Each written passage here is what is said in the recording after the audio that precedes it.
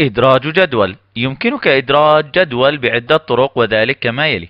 يمكن اختيار إدراج جدول ثم تحديد الخلايا. لاحظ هنا عدد الأعمدة 5 أعمدة و3 صفوف فيتم رسمها مباشرة أو 4 صفوف. انقر الآن ليتم إضافة الجدول. يمكن بطريقة ثانية من إدراج اختيار جدول ثم اختيار إدراج جدول ثم تحديد عدد الأعمدة وعدد الصفوف. نختار عدد الأعمدة مثلا 3 وعدد الصفوف مثلا 5. اختر موافق ليتم إدراج جدول به 3 أعمدة و5 صفوف. يمكن كتابة معلوماتك فيه على سبيل المثال اسم الصنف على الشهر. يمكن استخدام الأسهم أو مفتاح تاب للتنقل. اختر شهر محرم ثم تاب، اختر شهر صفر ثم تاب ثم ربيع أول، وهكذا حتى تكمل جميع معلومات جدولك. اضغط تاب للانتقال إلى السطر الثاني. اختر اسم الصنف مثلا كمبيوتر. يمكن التنقل باستخدام الأسهم إلى الخلايا السفلية أو لليمين أو لليسار إن أردت ذلك أو باستخدام الماوس. اختر كمبيوتر ثم شاشات، وهكذا حتى تكمل الجدول بأكمله.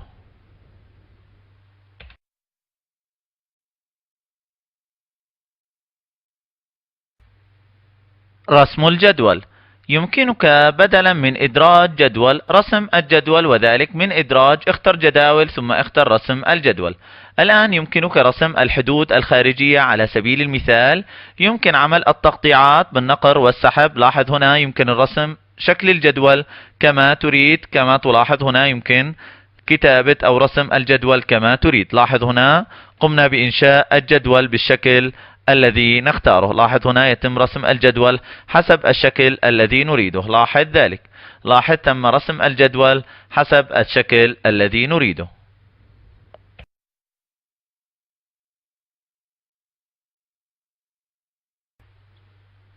تحويل نص لجدول. يمكنك تحويل النص إلى جدول. على سبيل المثال هذه السطور ال5 يمكن تحديدها ثم تحويلها إلى جدول من إدراج. اختر جداول ثم اختيار تحويل النص إلى جدول. لاحظ هنا يمكن تحديد عدد الأعمدة مثلا 1 على سبيل المثال، واختيار عرض ثابت للعمود أو احتواء تلقائي للمحتويات، ثم فصل النص عند الفقرات على سبيل المثال، أي عند نهاية كل فقرة سوف يتم إضافة خلية جديدة. اختر موافق. لاحظ هنا تم إضافة جدول. لاحظ هنا مؤلف من 5 صفوف وعمود واحد. الآن لاحظ هنا كتبنا نص بين كل قيمة والأخرى. ضغطنا مفتاح تاب من لوحة المفاتيح. لاحظ ذلك. ضغطنا مفتاح تاب، وللتأكد انقر على هذا الزر الذي يوضح العلامات. لاحظ العلامة السهم تدل على ضغط مفتاح تاب، وهذه العلامة تدل على ضغط مفتاح انتر. علم على هذه القيم ثم من إدراج اختر جداول ثم اختيار تحويل النص إلى جدول. لاحظ هنا عدد الأعمدة يتم تحديده تلقائيا لأنه وجد علامات التاب. لاحظ 2 واختر عرض ثابت للعمود، ويتم فصل النص عند علامات الجدولة. يتم إدراج خلايا جديدة. اختر موافق. لاحظ هنا تم عمل جدول مؤلف من عمودين يمثل اسم الصنف واسم الشهر محرم وكذلك القيم الخاصة بكل نوع من الأصناف. إذا يمكن تحويل النص إلى جدول كما تعلمنا في هذا الدرس.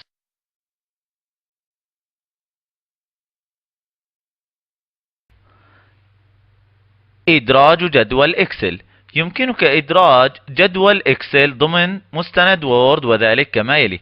اختر جدول ثم اختر جدول بيانات إكسل.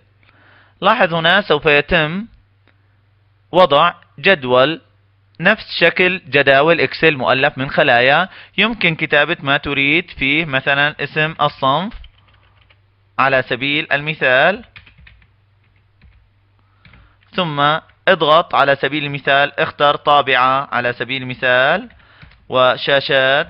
إذا الآن تتعامل مع جدول إكسل به الخلايا كما هو واضح. هنا يمكن اختيار المبيعات في محرم على سبيل المثال، ثم اختيار على سبيل المثال القيم 100 وهنا القيمة 200. اضغط على انتر ولاحظ أنه يمكنك تصغير حجم الجدول إن أردت ذلك ليناسب الحجم الذي تكتب فيه على سبيل المثال. عند الانتهاء ضع مؤشرك خارج الجدول ولاحظ أنه تم إضافة جدول إكسل كما هو واضح هنا.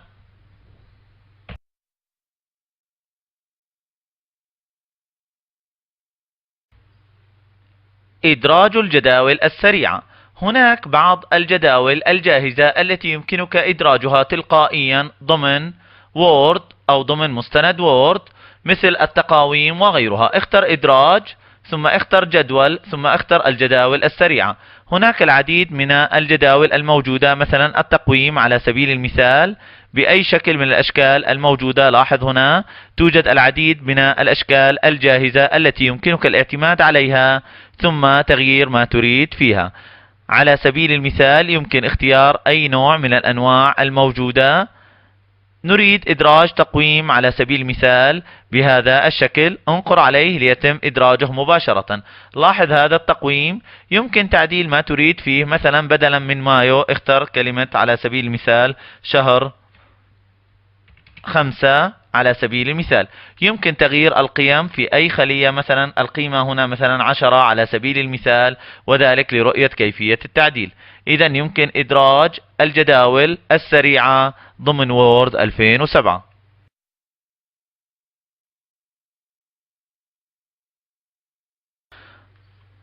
خيارات أنماط الجدول.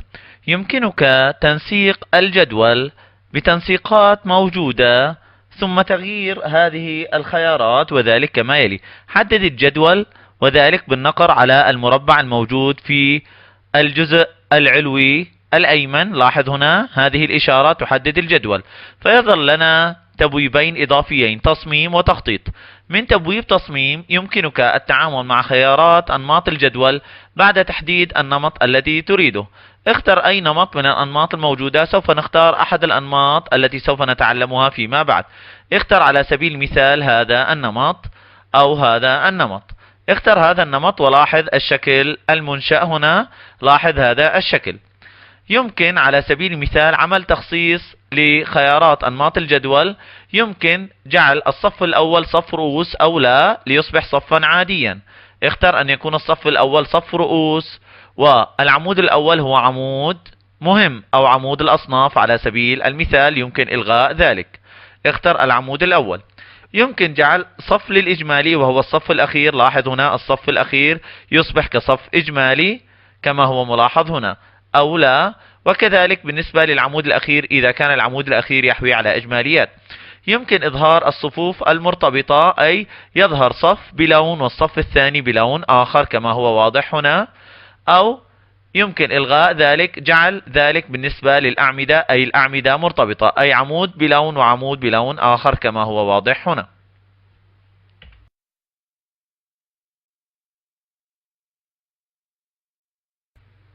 أنماط الجداول. يمكنك تطبيق تنسيقات على الجداول، وهذه التنسيقات هي تنسيقات مخصصة ومضمنة ضمن وورد 2007. حدد الجدول فيظهر تبويبين إضافيين خاصات بأدوات الجدول: تبويب تصميم وتبويب تخطيط. من تبويب تصميم يمكن اختيار أي نمط من أنماط الجداول بالنقر على هذا الزر. يمكن اختيار النمط المخصص العادي أو هذا النمط أو جداول عادية أو على سبيل المثال جدول عادي، أو يمكن اختيار أي نوع من الأنواع الموجودة. يمكن اختيار أي نوع تريده. يمكن اختيار هذا النوع على سبيل المثال. لاحظ هذا النوع. حدد الجدول مرة ثانية. يمكنك تعديل النمط باختيار هذا الزر ثم اختيار تعديل نمط جدول. يمكن تسمية هذا التعديل بأي اسم تختاره، مثلا نمط جدول القمة على سبيل المثال. يمكن اختيار النمط مستند إلى أي نوع من الأنواع تريدها، جدول ثلاثي الأبعاد على سبيل المثال. يمكن تطبيق التنسيق على كامل الجدول أو على أشياء محددة منه. يمكن تحديد نوع النص إلى أي نوع تختاره، مثلا اختر هذا النوع. لاحظ نوع النص تم اختياره، وكذلك حجم النص. كذلك يمكن جعله عريض ومائل وتحته خط. يمكن تغيير لون الخط إلى أي لون تختاره، مثلا اللون الأحمر على سبيل المثال. كذلك يمكن تحديد إذا أردت عمل حدود كما تريد. كذلك يمكن تغيير ألوان السمات إلى أي ألوان تختارها، مثلا يمكن اختيار اللون على سبيل المثال الأزرق لتغيير هذه المناطق التي يطلق عليها السمات. الآن عند النقر على موافق يتم تطبيق ذلك على جدولك. الآن عند تحديد أي جدول أو إدراج أي جدول من إدراج، يمكن اختيار جدول ثم تحديد عدد الصفوف على سبيل المثال وعدد الأعمدة. يمكن اختيار هذا الجدول ثم تطبيق نفس النمط الذي خزناه. اختر على هذا الزر أو انقر عليه ولاحظ النمط اسمه نمط جدول القمة، يمكن تطبيقه مباشرة، لاحظ ذلك. ويمكن مسح التنسيق عن أي جدول. حدد الجدول ثم اختر أنماط الجداول واختر مسح ليتم مسح التنسيق عن الجدول أو مسح النمط عن الجدول.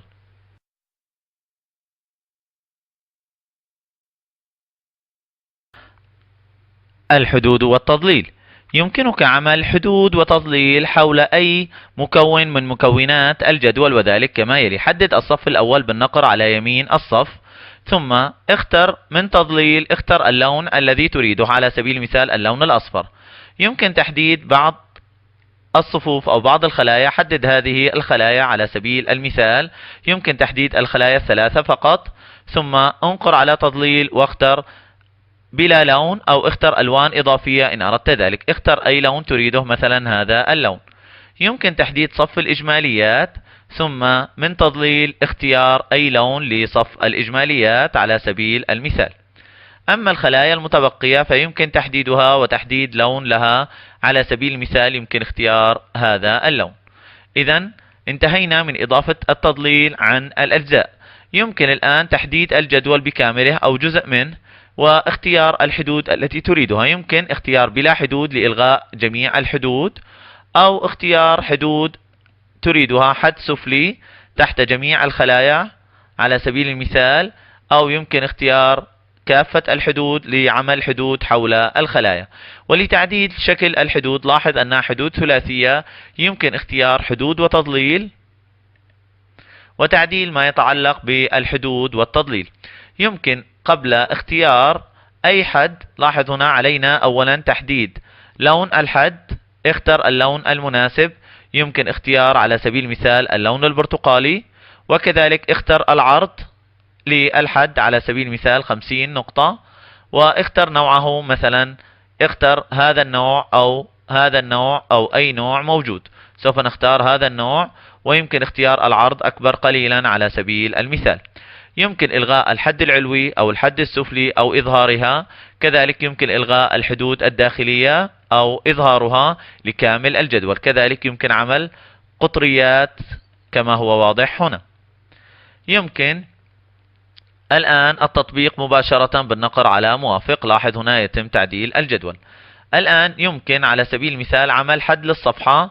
ضع مؤشرك في أي مكان في الصفحة، ثم يمكنك من نفس مربع الحوار الخاص بالحدود والتضليل يمكن اختيار عمل حدود وتضليل لكامل الصفحة، وذلك كما يلي. من تبويب تخطيط الصفحة يمكن الحصول على مربع الحوار من مجموعة خلفية الصفحة. اختر حدود الصفحة، ثم من تبويب حدود الصفحة يمكن عمل حدود حول كامل الصفحة. اختر على سبيل المثال هذا الحد. يمكن تحديد لونه إن أردت ذلك. اختر هذا اللون على سبيل المثال، ثم حدد عرضه والرسم الخاص به. يمكن عمل رسم خاص على سبيل المثال هذا الشكل، أو حد عادي كما هو معروف كحد خارجي. يمكن اختيار أي شكل من الحدود الموجودة هنا.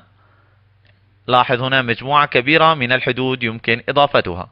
لاحظ سوف نختار على سبيل المثال هذا الشكل، ثم ننقر على موافق بعد تحديد تطبيق على كامل المستند، ويمكن على مقطع محدد إن أردت ذلك. اختر على كامل المستند، انقر على موافق. لاحظ هنا يتم عمل حد حول الصفحة كما هو ملاحظ هنا.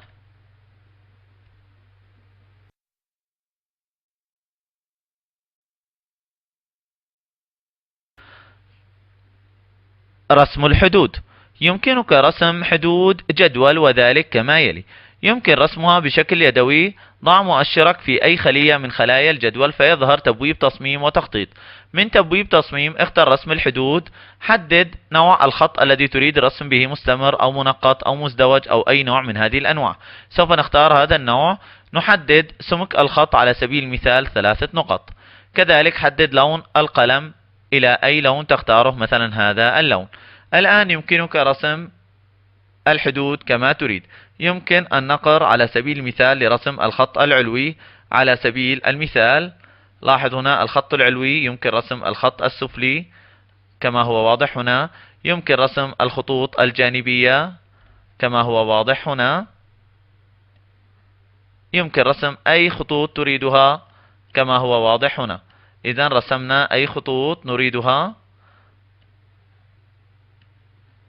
كما هو واضح. يمكن رسم خط عمودي الآن. لاحظ هنا تم رسم خط عمودي. يمكن إكمال الخط العمودي إن أردت ذلك، ورسم بقية الخطوط كما تريد. الآن أي خط لا تريده أو لإيقاف عملية الرسم اضغط على اسكيب لإيقاف عملية الرسم. من ممحى يمكن النقر على ممحى وإلغاء أي خط بالوقوف عليه. لاحظ هنا يتم إلغاء الخط خلية خلية كما هو واضح هنا لأي خط لا تريده كما هو واضح هنا.